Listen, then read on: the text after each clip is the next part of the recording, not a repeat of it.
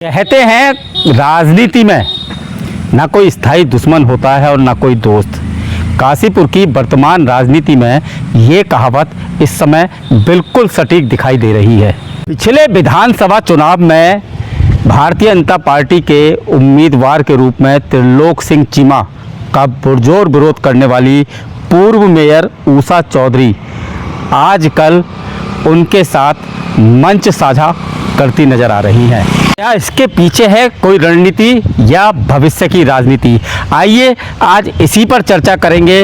नमस्कार, मैं हूं विकास गुप्ता और आपके लिए लेकर आया हूं काशीपुर की राजनीति पर एक विशेष रिपोर्ट। काशीपुर की राजनीति हमेशा से प्रदेश की सबसे दिलचस्प राजनीतिक प्रयोगशालाओं में गिनी जाती रही है। कभी देश के कद्दावर नेता रहे स्वर्गीय नारायण दत्त तिवारी की कर्मभूमि रही। ये विधानसभा उत्तराखंड राज्य गठन के बाद लगभग पूरी तरह चीमा परिवार के प्रभाव में रही। पहले लगातार 4 बार हरभजन सिंह चीमा भाजपा के टिकट पर विधायक बने और फिर उन्होंने अपनी राजनीतिक विरासत पुत्र त्रिलोक सिंह चीमा को सौंप दी। लेकिन ये रास्ता इतना आसान नहीं था। पिछले विधानसभा चुनाव से पहले तत्कालीन मेयर उषा चौधरी को उम्मीद थी कि वर्षों की राजनीतिक निष्ठा का पुरस्कार उन्हें भाजपा टिकट के रूप में मिलेगा। राजनीतिक गलियारों में ये चर्चा भी रही कि उन्हें आश्वासन दिया गया था, लेकिन एंड वक्त पर पार्टी ने हरभजन सिंह चीमा के पुत्र त्रिलोक सिंह चीमा पर भरोसा जताया और टिकट उनके नाम कर दिया। टिकट की घोषणा के बाद उषा चौधरी खुलकर विरोध के मैदान में उतर आई।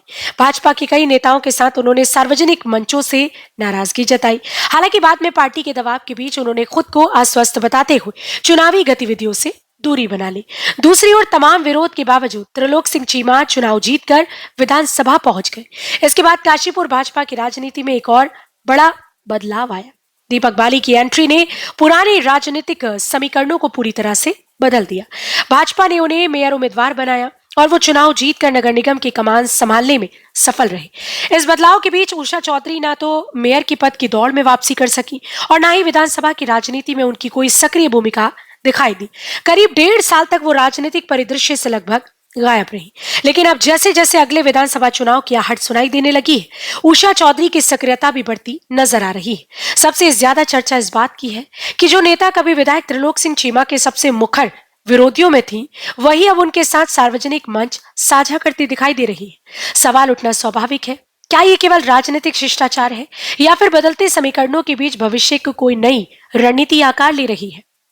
मौजूदा समय में जो आने वाले विधानसभा चुनावों को लेकर के चर्चाएं हैं, अब इन चर्चाओं में कितना बल है ये तो आने वाला समय बताएगा कि काशीपुर से किसी महिला को विधायक का टिकट दिया जाएगा तो क्या ऐसे में उषा चौधरी वो चेहरा हो सकती है जो विधायक के लिए भाजपा की ओर से होंगी।